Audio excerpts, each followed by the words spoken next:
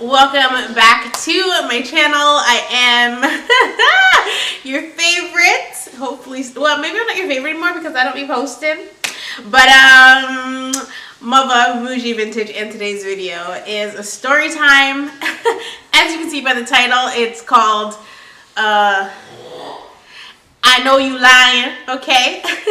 Obviously, as you guys know, this year has been crazy, a little nutty, a little bit more nutty than Nutty Professor.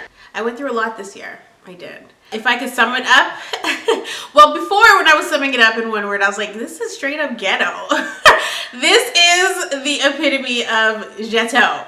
But as time went on and I spent time meditating and spending time with God, like, I realized it wasn't really ghetto, it was just life. And, oh girl, I'm trying to tell the story without telling too much, you know? I actually have been going back and forth for months about this, like, about wanting to talk about this and when I should talk about it and if I should talk about it and how I'm going to talk about it. Because like I said, the year was crazy. Through a lot of prayer and meditation and releasing, I guess, fear, I'm now able to stand in front of my camera that's been collecting dust and I guess give you a bird's eye view. So one thing I do not like to be is vulnerable, okay? I don't like to be vulnerable, and I definitely don't like to be susceptible to online abuse, which I have been a victim of in the past, but I have pretty tough skin, so it is what it is. That's actually why I was struggling with when do I share this story time. And so my whole life I've grown up and I've never really been like, I never cared what anybody thought of me. Like I wore what I wanted to wear. I said what I wanted to say. Never bit my tongue for anyone. And it's gotten me in trouble sometimes, but most of the time, not really, okay? But this time in particular, I really struggled with that. But as I meditated and I prayed, like, I just heard God saying, like, there's nothing that anybody can say or do to you that can hurt you, because I got you. So I guess what I'm trying to say is that I'm having a baby. I know it might be a shock to a lot of you based on what happened this year, but babies are blessings. Okay, they're not ghetto, so that's why I said at first I was looking at this like it was super duper ghetto, but it's not. Especially because I know who my baby daddy is. You know, we're not going to see me on paternity court. But I am having a baby. I'm very pregnant. I'm not like, this is not new for me. The beginning of my pregnancy was tough, like really, really hard. Between it just being in my opinion, I felt like this was not good timing, but you can't really argue with God's timing, so it is what it is. I definitely wasn't planning for this at all. Literally, okay, so now that I said that, sigh of relief. But basically, what happened was, well, I'm a girl that likes to have sex, and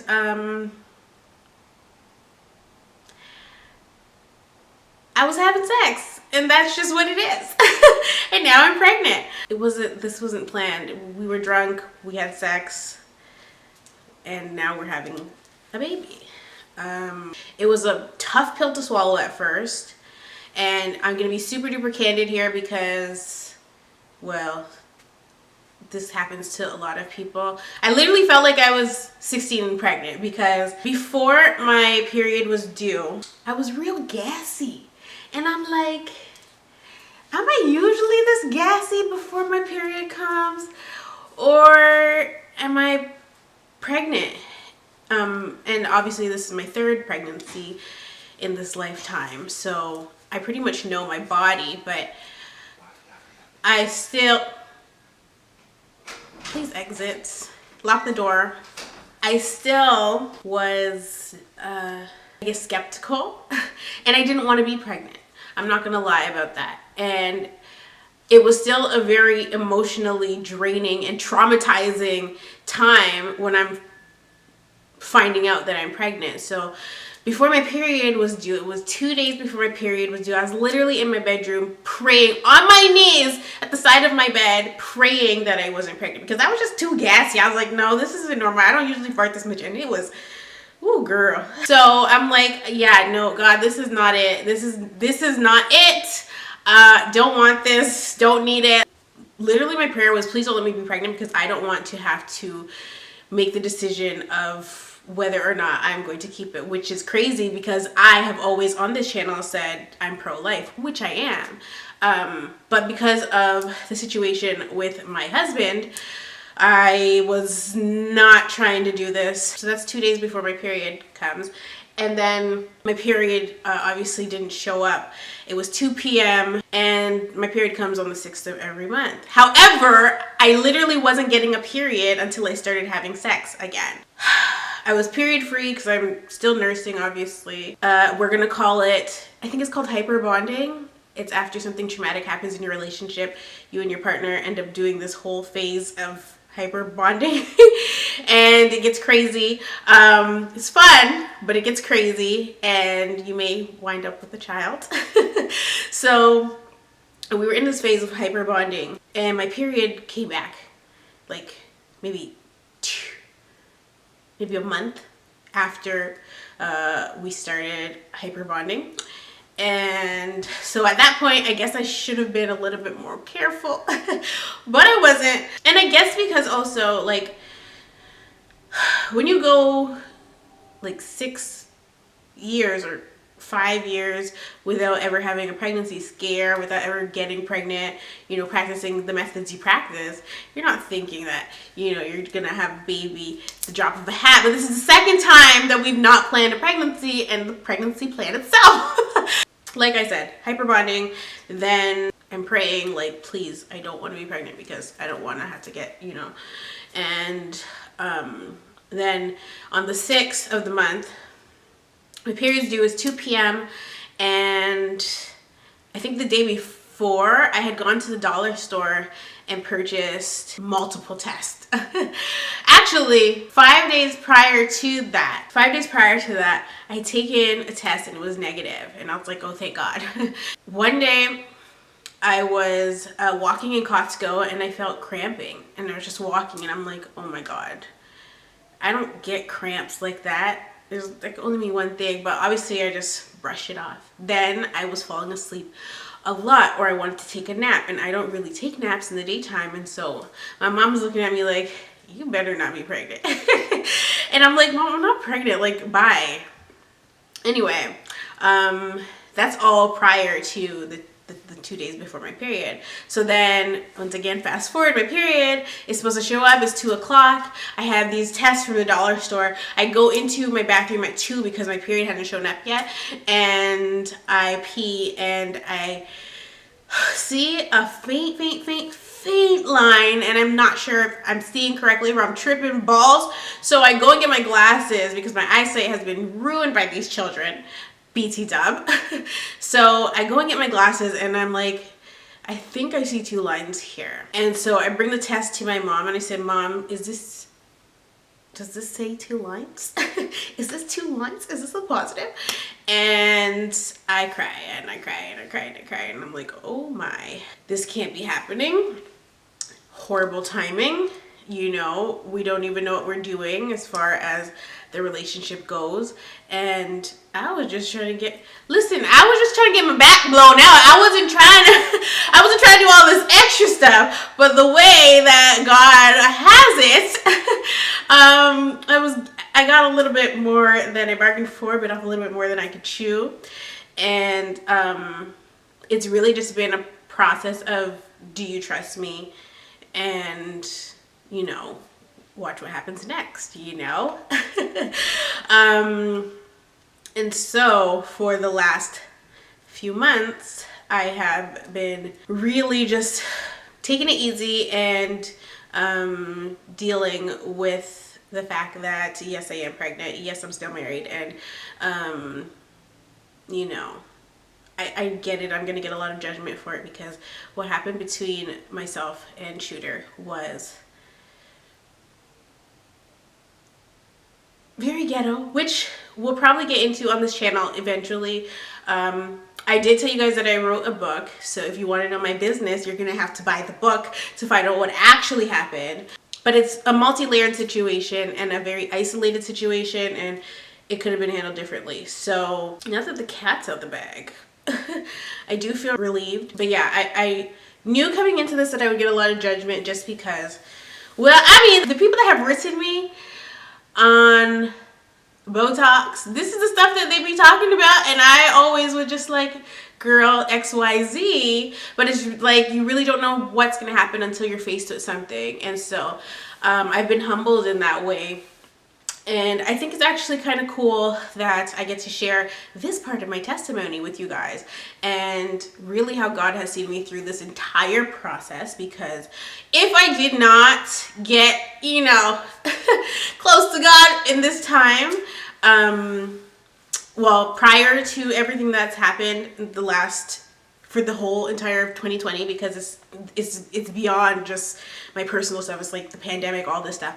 I would not be able to stand here today and tell you guys any of this. The last 2 days I've been under serious spiritual attack, gearing up to tell this video, like stuff that you wouldn't even believe that will also be in this book. But I definitely walk by faith, not by sight. And I know I don't have, God did not give me a spirit of fear. So anything that you're feeling that is fear comes from the enemy. And I knew that this was just, I guess, the time to share. Merry Christmas, guys. I'm having a baby. Things happen. Life happens. You evolve. You change. You grow. One thing I will say is that I encourage people to do premarital counseling, because Shooter and I have been together since we were kids, you know, early 20s, which is kids. So we've been together for a long time, and we never went through, I was so far removed from church and all that stuff that I wouldn't even think to do premarital counseling before entering into the relationship, into the actual marriage itself, because we were together for a long time. We were together longer than we've been married, right? But that being said, I think premarital counseling is really important, and I think counseling after the fact is really important, and finding healthy examples of couples that you don't necessarily want to emulate, but people that you can talk to and take advice from, that they've been kind of through things, and you know, that kind of stuff. Because it ain't no damn cakewalk to be married, and it's definitely not a cakewalk to be pregnant. God has blessed me in a way that I don't have to worry about not having enough space for a third baby. Okay, I can have another baby after this one, which we're definitely not gonna do. I'm trying to go get him snapped, get adopt one, but I don't think I want to carry again. But I was looking at my body and I'm like, I don't have stretch marks, so you know, I don't know. I might end up like the Doricos and have a whole football team full of babies. And no, obviously not. I'm joking, but with the Doricos, she said she's willing to have as many kids as God would bless her with. And I said, well, that is a bold statement, because you out here with all these kids. I'm really thankful that I've been able to, I guess, walk through this and walk in my truth and live in my truth. And I know it's going to be hard for some people to digest, but that's irrelevant to me. It really is.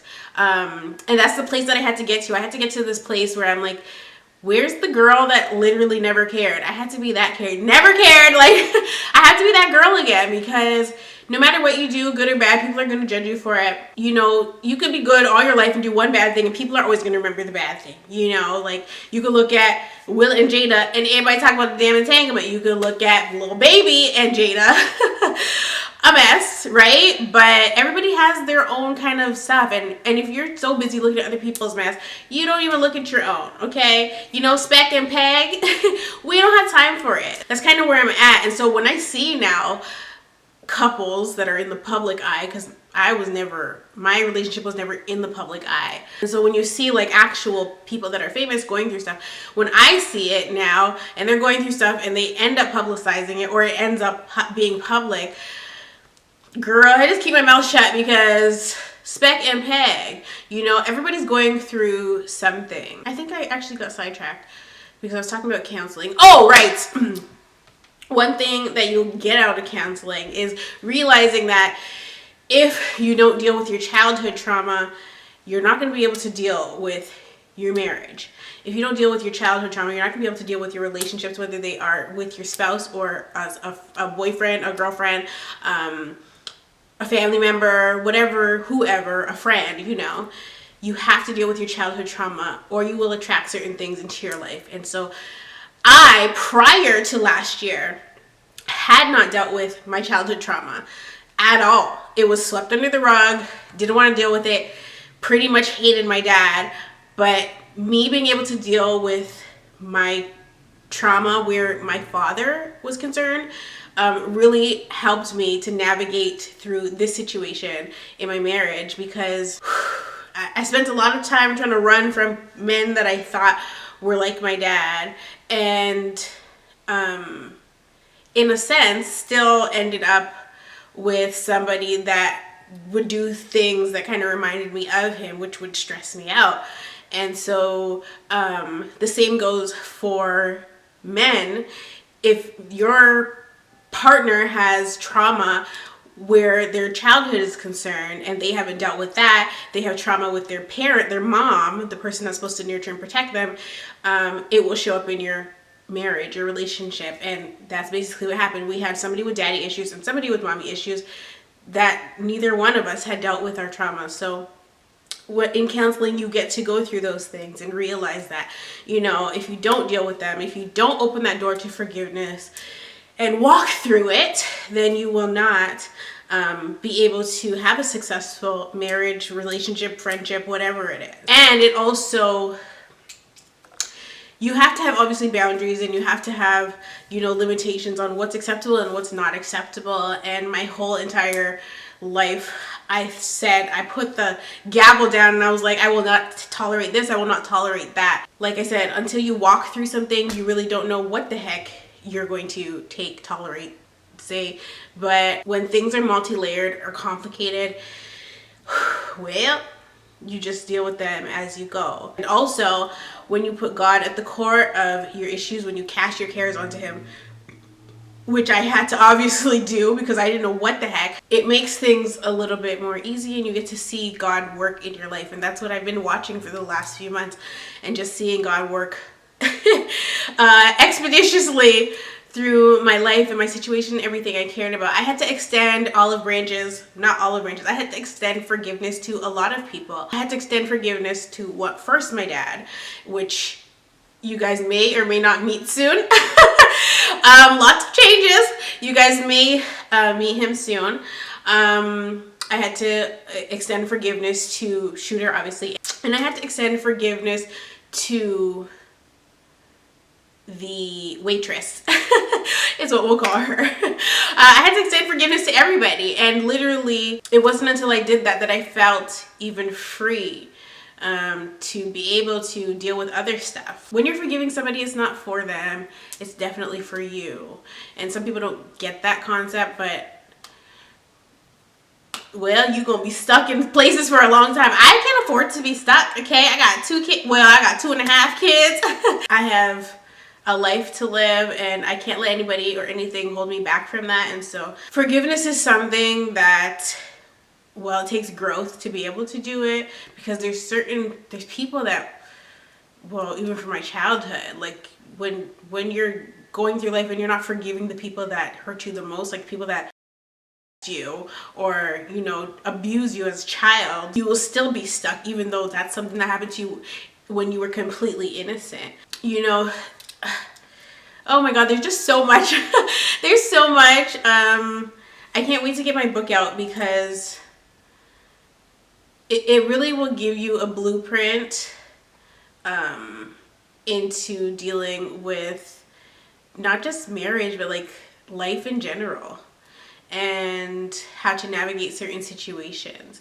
If you watch the movie, I think it's on Netflix still. It's called The War Room. I recommend it. It's kind of what I went through. You have to just, I guess, know the authority you have, right? So I know my authority is in Jesus Christ, okay?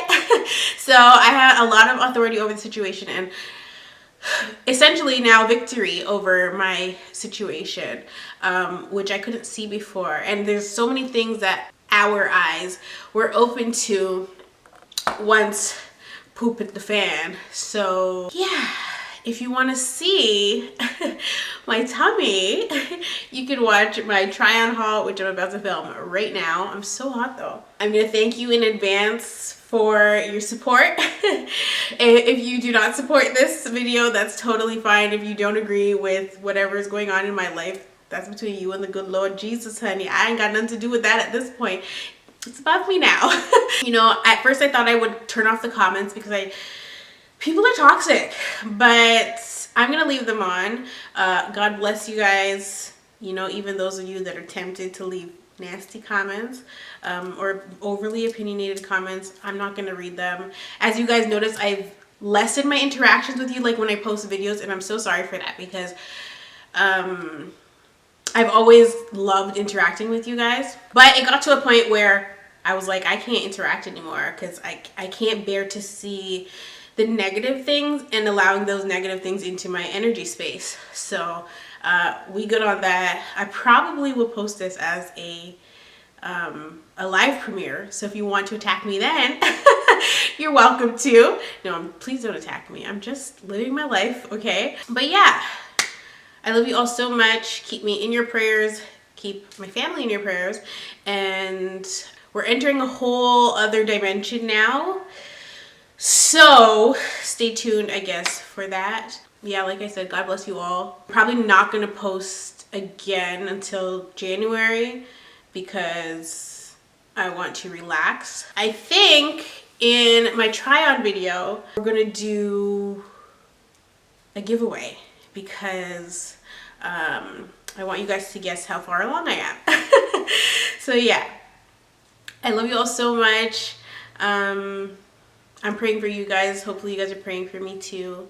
And not praying for my downfall now. Because you're praying for my downfall, God will come for you in your life. So yeah, I love you all so much and I'll definitely see you in the next one.